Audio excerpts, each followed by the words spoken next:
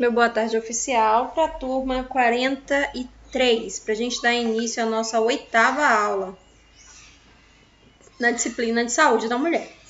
Como combinado, né? Se sobrasse tempo, eu iria passar para vocês o cálculo da idade gestacional ou o cálculo da data provável de parto, que nós chamamos de DPP, data provável de parto. Esse cálculo ele é baseado na regra de Naegeli, tá?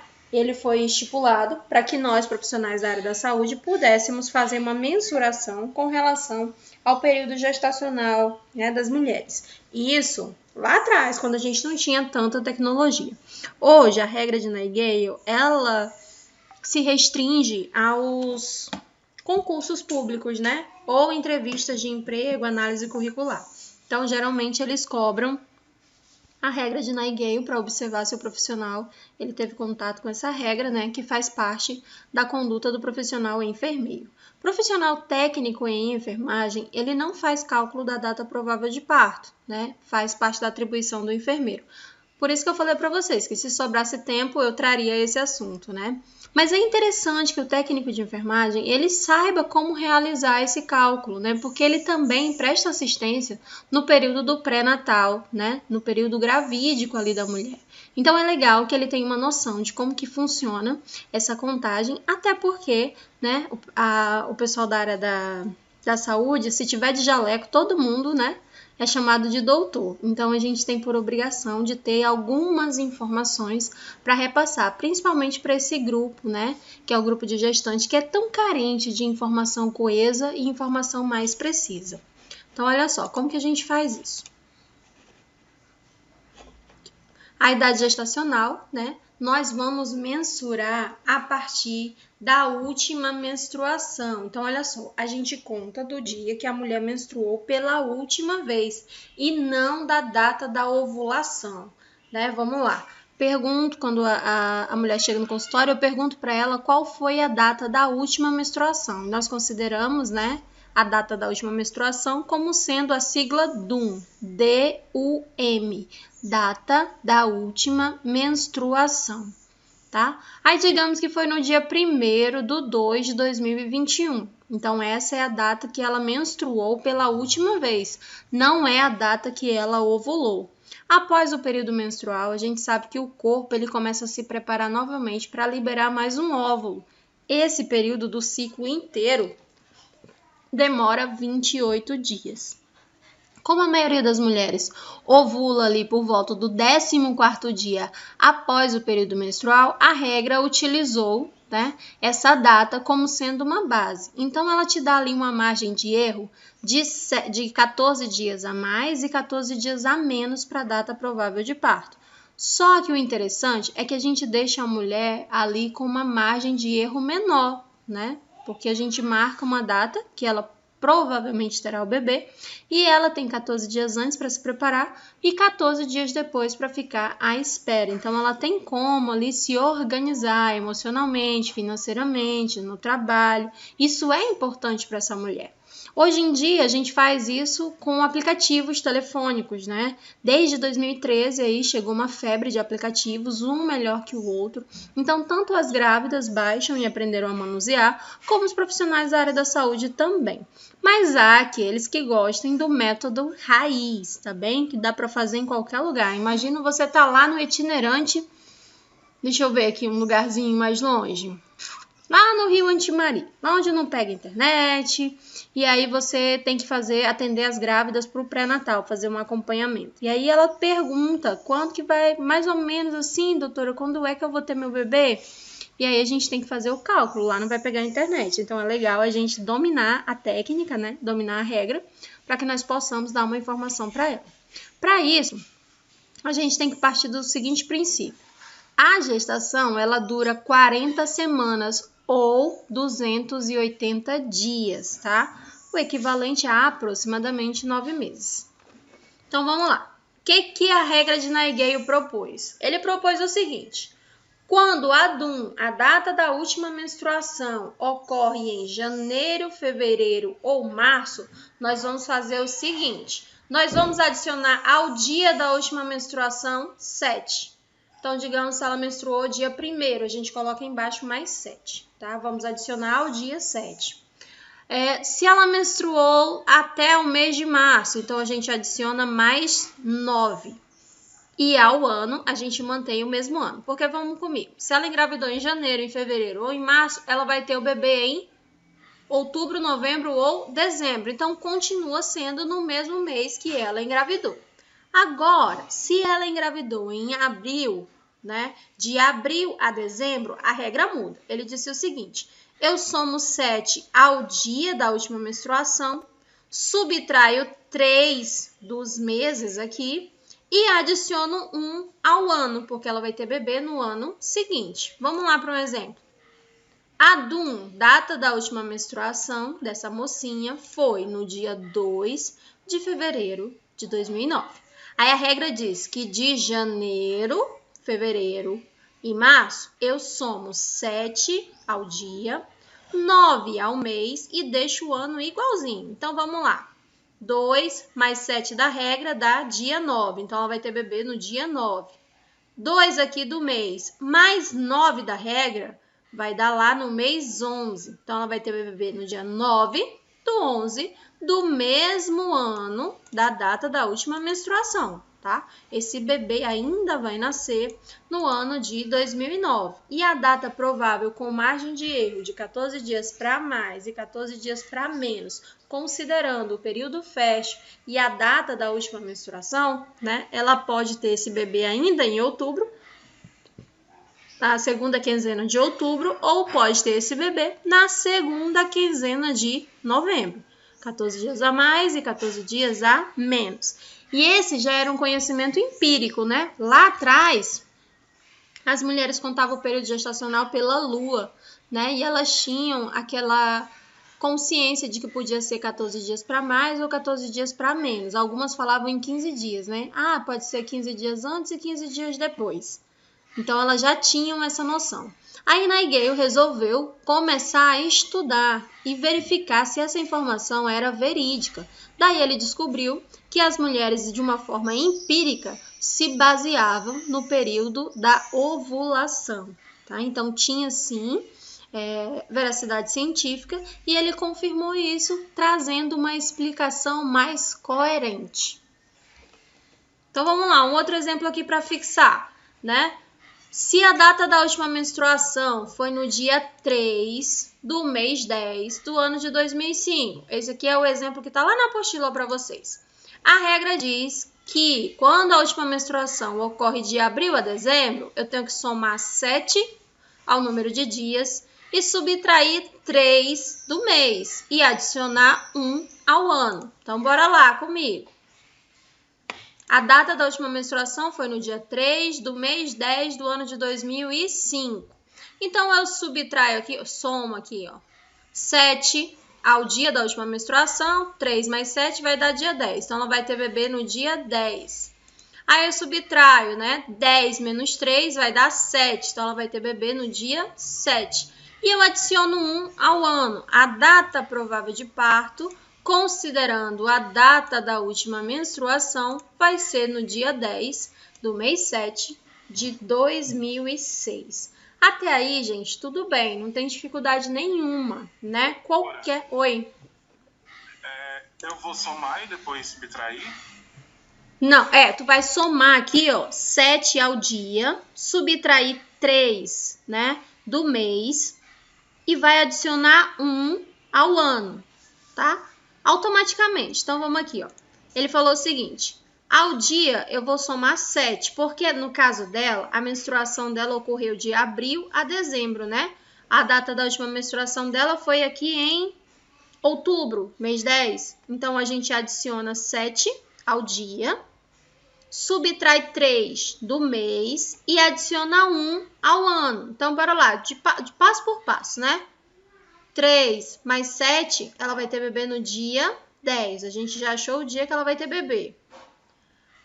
No mês aqui, ó, vou subtrair 3. Então, no mês 10 menos 3 vai dar mês 7. Só que ela não tem como ter bebê com uma data retroativa, no dia 10 ou 7 do mesmo ano. Então, a gente tem que adicionar 1 ao ano, porque ela vai ter bebê no ano subsequente. Então, a data provável, com margem 14 dias a mais e 14 dias a menos, dá no dia 10/7/2006. Pegou aí, Douglas? Beleza. Então, vamos lá. Se a data da última menstruação for no final do mês, né? Digamos aqui que ela menstruou no dia 28/7/2020. A regra diz que é para adicionar 7 ao dia. Vai dar aqui dia 35. Não tem dia 35 em mês nenhum do calendário, né? Aí, como ela menstruou no mês 7, a regra diz que é para eu subtrair 3. Então, ela vai ter bebê no dia 35/4. Aí, eu adiciono mais um ao ano. 35/4/2021. Não tem como, né? Aí, o que a regra diz? Você deve se perguntar quantos dias tem um mês que apareceu aqui, ó. O mês 4 tem quantos dias no calendário? Aí, vamos lá. O mês 4, ele tem 30 dias no calendário. Professora, então vai ter um calendário lá na minha prova? Não, a gente usa a regra do ossinho. Não sei se vocês conhecem, ó. Na parte de cima do osso, aqui, ó, o mês que cai em cima do ossinho significa que ele tem 31 dias. No mês que cai dentro do ossinho significa que ele tem 30 dias ou menos no caso do mês de fevereiro. Então, vamos lá aqui, ó, janeiro, né? Aqui, ó. Janeiro, 31 dias. Fevereiro, 28 ou mais, né? 28 ou 29. Aí aqui, ó, março, 31. Abril, dá dentro, dá 30, né? Maio, 31. Junho, 30. Julho, 31 e assim vai. Essa regrinha aqui a gente aprende lá na quarta série, quando a gente está aprendendo fazer... interpretar os dias da semana, né, e os meses do ano. Não sei se vocês tiveram essa ferramentazinha aqui para ajudar, mas eu tive, né? O mês que dá aqui, ó, em cima do ossinho, em cima da falange, tá? A gente considera que ele tem 31 dias. Então, a gente começa aqui, ó, contando no dedo indicador, em cima do ossinho, da falange do dedo indicador. Janeiro tem 31 dias. Fevereiro, que dá na parte interna, né? Aí, março dá na parte do ossinho, tem 31 dias, e assim vai. Então, a gente já sabe que abril tem 30 dias. Sobrou quantos dias aqui? 5, né? Então, a gente coloca aqui, como sendo data provável do parto, o dia 5, aí já vira o mês, automaticamente tem que virar o mês. Sobrou aqui, ó, sobrou a quantidade de dias, você já vira o mês. Então, vai dar dia 5/5/2021, que é a data provável de parto dela. Quando a mulher menstrua mais para o final do mês, a data provável de parto dela sempre dá no início do mês, tá? Essa é uma forma de calcular. Vou deixar aqui outro exemplo também. Digamos que a mulher menstruou no dia 25/4/2020, né? A regra falou o seguinte, que eu adiciono 7 ao dia da última menstruação, subtraio 3 do mês, porque ela menstruou aqui de abril, né, a dezembro, e aumento 1, porque ela vai ter bebê no ano seguinte. Então, vamos lá, 25 mais 7 dá 32, não tem nenhum mês de 32 dias. 4 menos 3 vai dar o mês 1, adiciono 1 aqui ao ano, vai dar 2021. Essa é a data provável de parto. Só que não tem nenhum mês, né? O mês de janeiro, ele tem 31 dias, então sobrou um dia. Automaticamente eu passo esse dia para o mês seguinte. Então, a data provável de parto dela é dia 1º de fevereiro de 2021. Ficou claro aí? Querem que eu faça mais algum exemplo? Vanessa, Oi. essa regra de mais 7 menos 3, mas vai ser sempre? Não, meu amor, aqui, ó, Maria. Vamos voltar aqui, ó. Aqui, ó. Quando a mulher, né, menstruar de janeiro, fevereiro ou março, ou seja, de janeiro a março, eu uso essa regrinha aqui, ó. Somos 7 ao dia, então o 7 vai estar sempre lá. Só que ao mês eu adiciono 9 em vez de subtrair 3. Essa é a principal diferença. Além do 1 aqui, ó, no ano que eu não adiciono, então vai permanecer igual. Se a menstruação foi janeiro, fevereiro ou março, a regra é soma 7 ao dia, né, da última menstruação e soma 9 ao mês. Se ela menstruou de abril a dezembro, que é o caso aqui desses dois, exemplos que eu deixei para vocês, significa que a gente vai utilizar essa regra. Mais 7 ao dia da última menstruação, menos 3, né, do mês que ela menstruou, e mais 1 porque ela vai ter bebê no ano seguinte. Ok, entendi agora.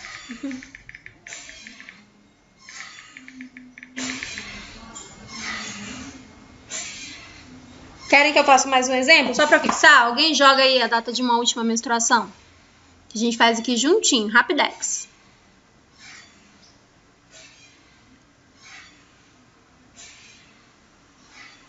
Bora, Neliane, diz aí a data da tua última menstruação. Eu não posso perguntar pro Douglas, né? Eu que não menstruo mais, doutora. Mas eu jogo mesmo assim. Pois é, quando eu terminei de falar, o Douglas me joga uma data de menstruação aqui. Então vamos considerar a menstruação aqui que o Douglas colocou, né? E não a menstruação do Douglas. Vamos aqui colocar, ele colocou dia 13/10/2007 como sendo a data da última menstruação. Eu acho que foi o dia que ele tomou um susto. Vamos colocar aqui, deixa eu adicionar um novo slide. Vamos lá. 13/10/2007. Foi a DUM aqui que o colega sugeriu. Deixa eu aumentar aqui para vocês. Foi a DUM que o meu amigo Douglas disse. Daí, como ele me deu um mês que está entre abril e dezembro, eu tenho que subtrair 3 aqui do mês, né? Então, a regra diz que eu adiciono 7 aqui ao dia. Vamos lá. Mais 7.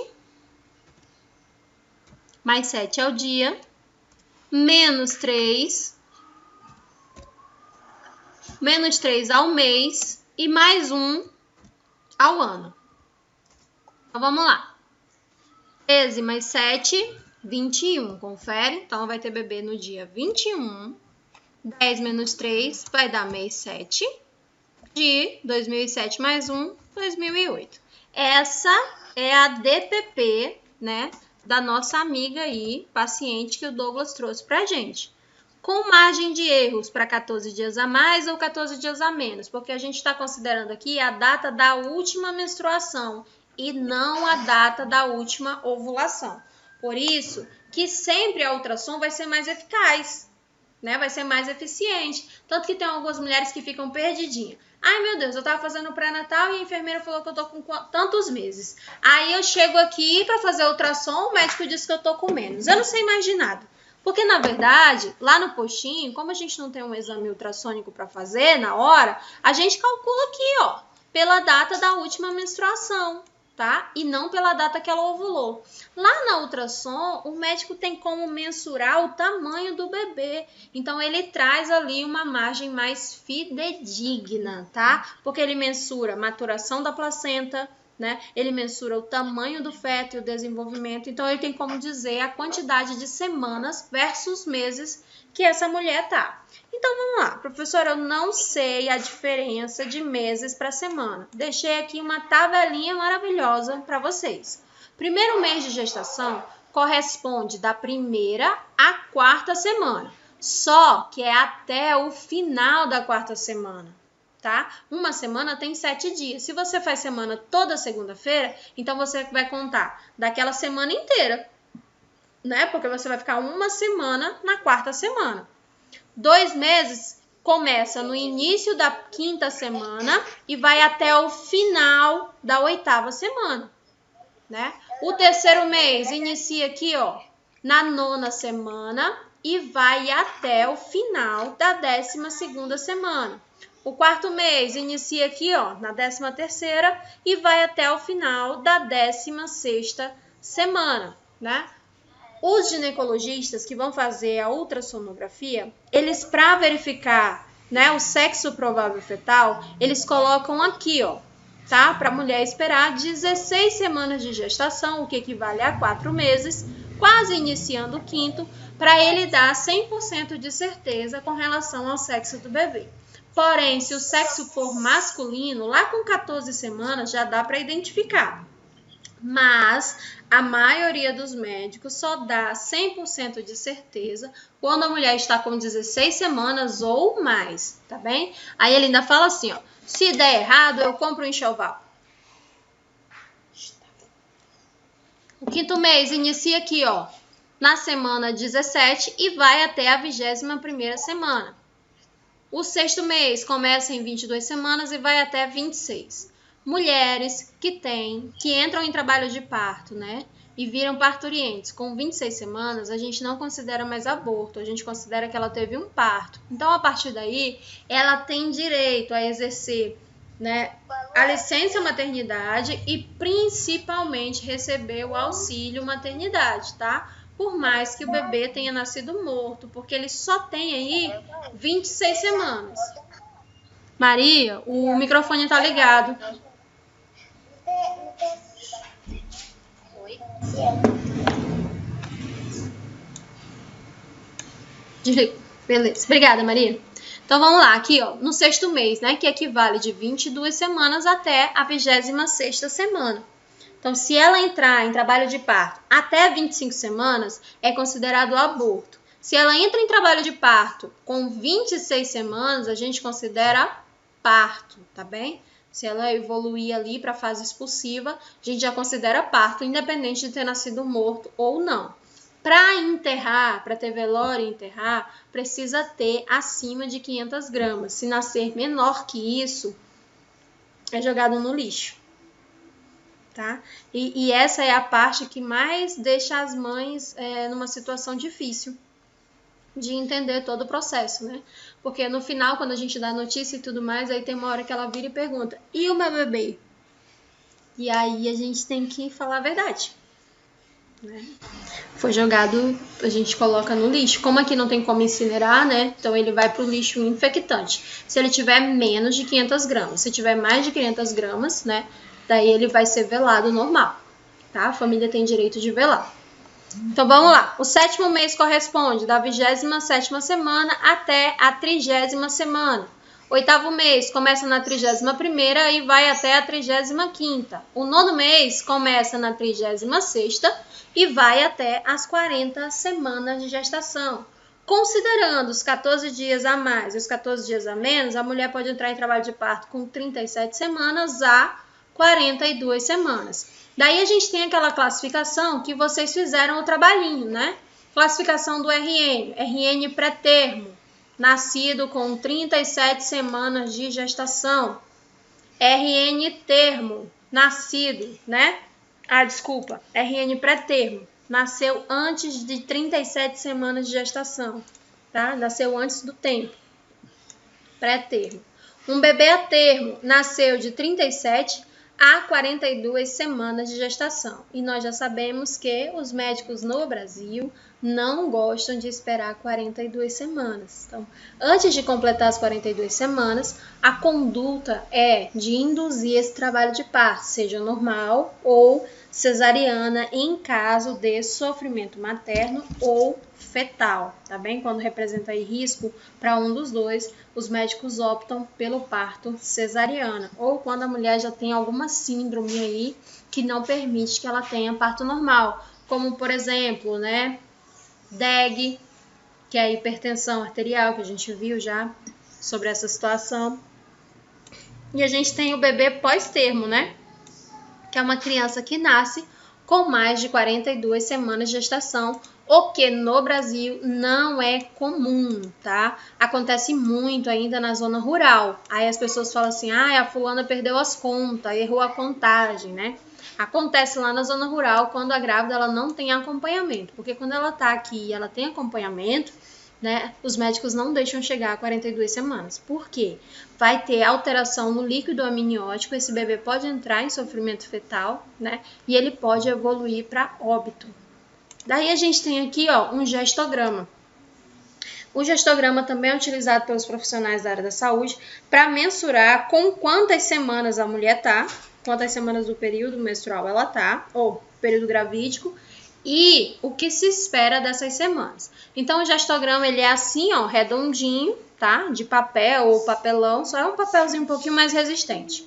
Então, aqui, ó, na primeira borda, ele tem todos os meses do ano. Na segunda borda, tá? Ele tem os dias do mês. Na terceira borda, ele tem a quantidade de semanas. E na quarta borda, ele tem a quantidade de meses que equivale àquela semana. Então, vamos lá. No centro, ele tem aqui, ó, 2 ponteiros como se fosse um relógio. O ponteiro maior, nós colocamos na data da última menstruação. Então, digamos que ela falou que menstruou no dia 5 de março. Então, a gente coloca aqui, ó, data da última menstruação, 5 de março. Onde o outro ponteiro dá, significa, né, que ele completou aqui, ó, 40 semanas, significa, né, que vai ser o dia que ela vai ter o bebê. Então, ela vai ter o bebê aqui, ó, no dia 30 de maio. É assim que a gente trabalha com o gestograma. E aí, dentro aqui, ó, a gente tem como saber, né, qual é o período gestacional que ela tá. Digamos que ela tá aqui com 3 semanas, 4 semanas, 10 semanas, 12 semanas, né? Porque é só a gente voltar aqui, ó, ao dia do mês que nós estamos. Aí vai equivaler a quantidade de semanas que ela tá. E embaixo aqui, ó, ele já traz a colinha dos meses. E aqui dentro, o que se espera em cada etapa do desenvolvimento embrionário, tá? É assim que é utilizado o gestograma. Porém, ele já está obsoleto, porque a gente tem os aplicativos telefônicos, a gente já tem aí muita tecnologia, tá? Mas quando é necessário usar, todo profissional da área da saúde sabe como utilizar. Quando vocês estiverem lá no estágio ou nas nossas próximas aulas em laboratório, eu vou levar o meu gestograma para que a gente possa fazer esse cálculozinho lá, porque a próxima disciplina vai ter aula de laboratório. Então, eu vou ter contato com vocês, eu levo o gestograma e explico para vocês melhor como que a gente utiliza. Mas ele é completamente autoexplicativo, tá? É só a gente ir lendo que a gente já sabe onde posicionar. Tá bom? Então, era isso que eu tinha para falar para vocês hoje, tá? O cálculo da data provável de parto é uma atribuição do enfermeiro. Técnico de enfermagem, em algumas situações, é cobrado, como, por exemplo, aqui no estado do Acre, foi cobrado uma única vez no concurso da prefeitura no ano de 2014. Foi cobrado para aluno técnico. Só que assim, ai, professora, como é que a gente vai fazer? Vamos lá. Quando sai um concurso público, eles colocam qual é o material que você precisa utilizar para estudar, para passar naquela prova, né? O que vai ser cobrado. Então, vai ter lá o cargo que você quer e o material que você vai ter que utilizar. Se tiver DPP, daí você corre, né? E baixa uma aula ou verifica um material didático para que você possa estudar. Mas é muito tranquilinho de fazer. A gente só tem que prestar atenção, né, nesses macetes, como, por exemplo, a questão dos meses e quando a data da última menstruação dá um número grande, que não equivale em meses, como por exemplo aqui, ó, 35. Tá? A gente sabe que já tem que passar, automaticamente a gente passa esses dias que sobram para o mês seguinte, né? E consequentemente já muda também o mês. Então é assim que a gente trabalha, tá? Se cair em prova de concurso, você corre e estuda, mas do contrário, tá? Geralmente quem faz isso aqui é o profissional enfermeiro.